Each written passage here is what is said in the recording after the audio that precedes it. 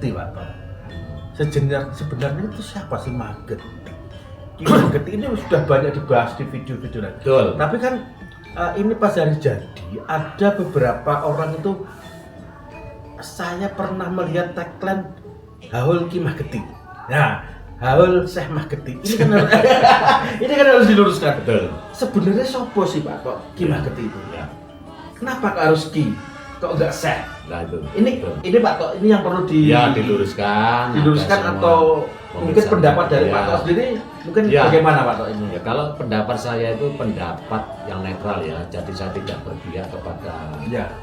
sejarah A, sejarah B dan sebagainya. Oleh karena saya itu masih mempunyai otoritas dari Kasunanan dan otoritas Magetan itu juga masih ada korelasinya dengan siapa toh Mageti itu. Ya. Nah, Mageti kemudian menurunkan bahasa Gondokusumo yang pada akhirnya menjadi Adipati Yosonegoro dan sebagainya sampai yang kesekian kalinya Pak Prawoto ini. Ya.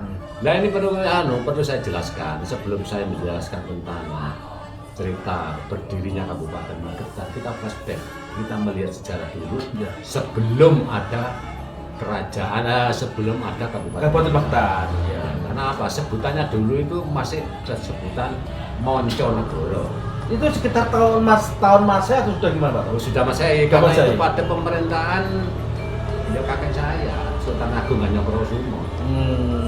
Ya. Sultan Agung Hanyokrokusumo itu karena apa? Karena berdirinya Magetan itu tanggal 12 Oktober tahun 1675. 1600. Ya, itu boleh saya cocokkan dengan sejarah-sejarah yang ada di keraton itu memang betul. Nah, tapi yang bahasan fokusnya itu kan Mas Kanto tadi menanyakan kepada saya, Mageti itu siapa? Ya, Mageti itu ini kan jadi pertanyaan. Ada yang berpendapat, loh, Mageti itu sakjane iki. Magetan itu sakjane iki. Ki Ya. Mageti itu ini. Ini kan kadang-kadang ada beberapa versi Pak. Ya. Jadi Magetan ini sebelum didirikan kabupaten, ya toh, ini dulu wilayahnya kan ikut wilayah Kerajaan Mojopahit. Ya, Kerajaan Mojopahit, tapi sebagian di sebelah Sungai Glandung itu masih ikut wilayah Ponorogo. Ya, wilayah Ponorogo itu sendiri itu dulu masih dipimpin juga oleh seorang adipati, tapi belum ada Kadipaten Magetan loh ya. Oh ya. Dan ini kemudian setelah bertahun-tahun pasca runtuhnya Kerajaan Mojopahit tahun 1400 tahun Saka yang ditandai dengan sirna ilang kertane bumi, Mojopahit wis puput ring tanah Jawi. Banyak sekali Nayaka Praja, bangsawan-bangsawan yang sudah mau masuk Islam sama-sama mengamankan dirinya di Gunung Lawu. Itu Termasuk ini Brawijaya dan sebagainya. Oh iya, jadi sampai cerita Sunan Lawu dari sini cerita Sabda Palmaebeng, semuanya itu tidak terlepas dari Magetan. Karena ini adalah jalan utama menuju pendakian sampai Argotimi. Magetan ini punya sejarah yang tidak main-main, Mas Kanto. Jadi kita harus berbangga dan kita harus berbesar hati bahwa Kabupaten Magetan ini adalah cikal bakal daripada orang-orang yang Linuwe. Ya, sampai kepada yang menurunkan Hamengkubuwono ketiga itu juga ibunya itu ya dari Magetan. Dari Magetan. Ya toh, istrinya putrinya Prawira ini yang ada Purwodiningrat. Purwodiningrat itu. Ya, yang jadi kita harus berbangga bahwa kita punya sejarah yang menurunkan raja-raja yang notabene ibu wadah itu tokoh Magetan. Nah, kembali lagi kepada Ki Ageng Mageti. Ya. Setelah beberapa ratus tahun pasca runtuhnya Kerajaan Mojopahit sudah 200 tahun, menginjak tahun 1670-an, di sini menjadi hutan lebat. Di Magetan ini. Hutan lebat luar biasa. Ya. Kemudian ada seorang yang menamakan, ya kalau sejarah ya, ini sejarah tapi tidak tertulis, ya itu Foxtrot bisa, sejarah Sauri Sepuh juga bisa, mengaku dirinya itu Ki Ageng Mageti. Ki Ageng Mageti ya. Ki Ageng Mageti pas babat walah sampai nyambane ya dengan beberapa pasukan lah ya Kak Ijan ya. Itu kemudian beberapa itu sampai kepada ratusan hektar Manir. Itu ada seorang yang namanya pelarian dari Mataram, gitu. Pada waktu itu kerajaan Mataram Islam Ya. dari apa namanya Mataram kota gede sana, masih belum ada Surakarta dan Yogyakarta lah ya, masih kota gede. Itu ada seorang patih namanya Patih Nerangkusumo. Patih Nerangkusumo. Nerangkusumo didampingi dengan seorang piyayi juga namanya Raden Basah Bibit Gondokusumo. Ya. Nah, di saat dia berjalan-jalan itulah kemudian bertemulah dengan seorang yang mengaku dirinya Ki Ageng Mageti. Nah, ini yang menjadi fenomenal. Sejarawan belum bisa mengungkap secara faktual dikarenakan apa? Mageti itu adalah nama sindiran sebetulnya. Karena apa?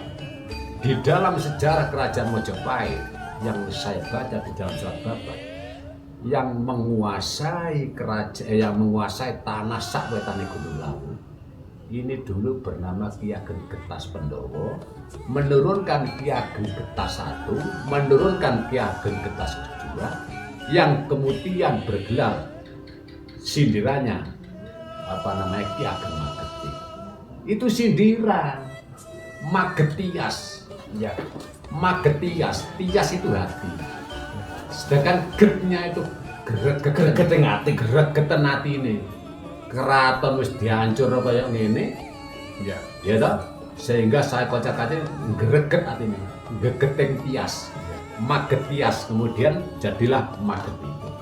Tapi ini sebetulnya terah dari Mojopahit, terah dari Brawijaya kelima, kemudian menurunkan Ki Ageng Getas Pendowo, menurunkan Ki Ageng Getas I, Ki Ageng Getas II. Faktanya, kalau penjenengan tidak tahu yang sudah saya pernah melihat di situ ada makam di Pacalan, ada Getas I, ada Getas II. Nah, itu sebenarnya apa Ki Ageng Getas I, Getas II atau apa Ki Mageti itu Pak? Ya jelas. Jadi kalau Ki Ageng Mageti dipersonifikasikan ada makamnya di dekatnya Sungai Grandong, karena alam tidak menginginkan bahwa itu adalah bohong, ya tergusur oleh air. Soalnya itu bohong, alam nggak nerima. Lah Getas I, Getas II itu adalah terus dari Getas Pendowo. Lah saya ke logikane ngene, wong sak Magetan ya, yang notabene itu 688 km. Luas Magetan gitu. Ya. Penduduknya 689.000, bukan juta. Ribu ya, ribu. Iya, ya. bukan ribu. Pada apa ya, sing tak waca nanggone statistik itu 687 sekian pada ya, sekarang ya. Lah itu dulu ya gak bae-bae. Sopo sing duwe lek gak raja? Ya. Oleh karena Getas I kita masih terah dari Sinuwun Brawijaya kelima yang notabene Gunung Lawu sebelah timur itu masih wilayah Mojopahit. Ya dikekno tanah raja kok. Yang ngasihkan berarti yang ngasihkan Ki Ya. Getas Pendowo tadi. Iya Mageti. Ki Mageti. Mageti II. Yang terkenal akhirnya Mageti Ki II Mageti. itu hidup tahun 16, tahun 1670. Itu sama Demak sama itu persisnya sebenarnya Demak Oh, ini kan eranya era Islam Pak. Islam. Ini Magetan itu sebenarnya masih era Majapahit atau Islam sebenarnya Pak? Ya Islam, tapi Islamnya pada waktu itu kalau saya lihat di dalam buku-buku lama, Ya. daerah Ngawi, daerah Ponorogo, Madiun sama Magetan.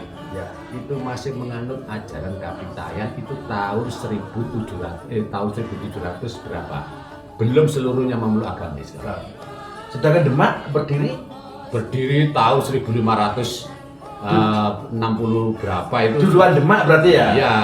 Tapi mungkin ajaran-ajaran Islam itu belum sampai Magetan. Ya apalagi ajaran-ajaran di daerah selatan ini masih menganut ajaran yang disebut ajaran Budi.